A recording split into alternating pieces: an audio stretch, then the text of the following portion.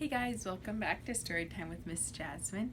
We have a fun little book here. It's called The Social Butterfly by Beth Brackman, and the pictures were done by Sophia Cardasso.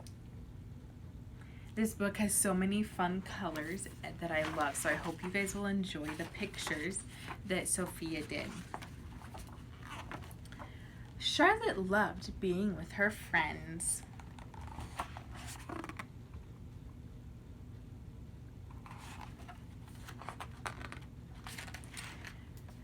She loved playing with dolls with Lily, dress up with Etta, trucks with Max, and house with Ben.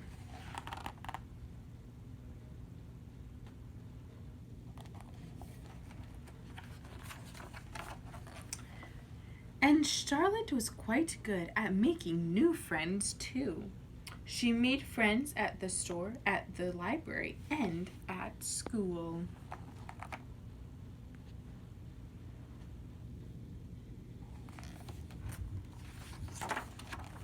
Charlotte loved school. She loved learning. She loved being with her friends. But sometimes she tried to do both all at the same time. During morning meeting, she kind of listened to Miss Flora, but she mostly whispered with her friends. Uh-oh, are you supposed to be talking when the teacher's talking? No.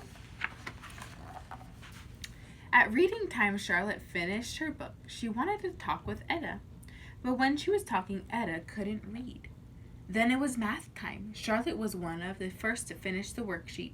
She wanted to sing with Max, but when she was singing, Max couldn't focus on adding.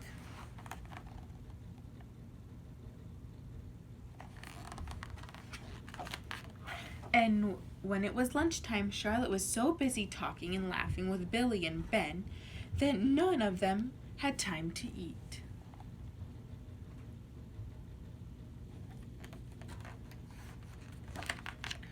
That meant all three of them were really hungry after recess.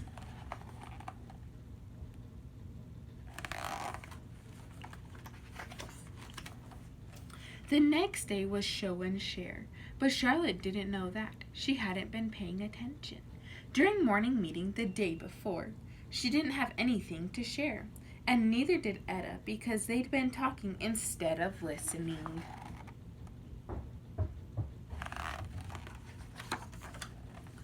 When Charlotte finished her book at reading time, she started talking to Etta.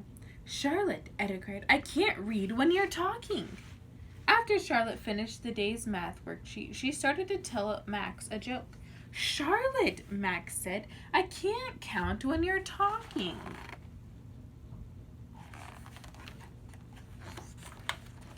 At lunchtime, Charlotte sat between Etta and Ben.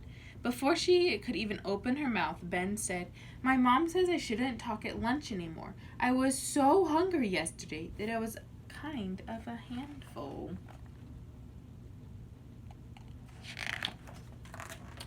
During recess, Charlotte talked to Miss Flora. "My friends don't like me today," Charlotte said. "That's not true," said Miss Flora. "Your friends like you." "Then why don't they want to talk to me?" Charlotte asked. Oh, she's crying.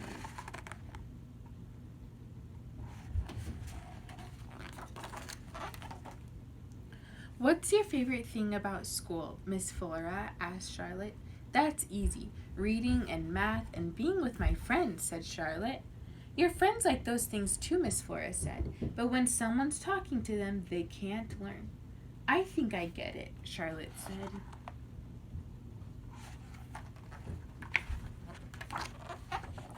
The next day, Charlotte sat behind Lily during the morning meeting, but she didn't talk. Charlotte sat still and listened. She sat next to Etta during reading time, and Charlotte sat still and listened.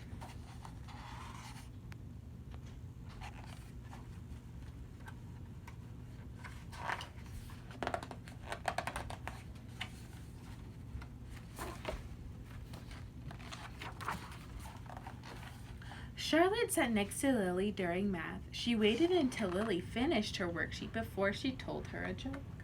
She ate lunch next to Ben. They talked a little, but they finished all of their food. And when it was time to go outside, Charlotte was ready to run, talk, sing, and play. And so were her friends.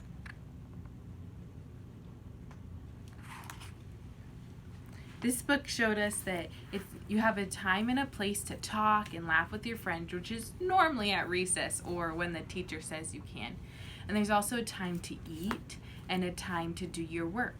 So remember, you can have friends that are different than you. Charlotte had a friend that was a bumblebee, a ladybug, and a grasshopper. And so that's okay to have friends that are different. But when you're with your friends, make sure that you listen to the adults that are with you and that you do the work that you're supposed to before you goof around. Well, thanks again. I'll see you next time on Storytime with Miss Jasmine.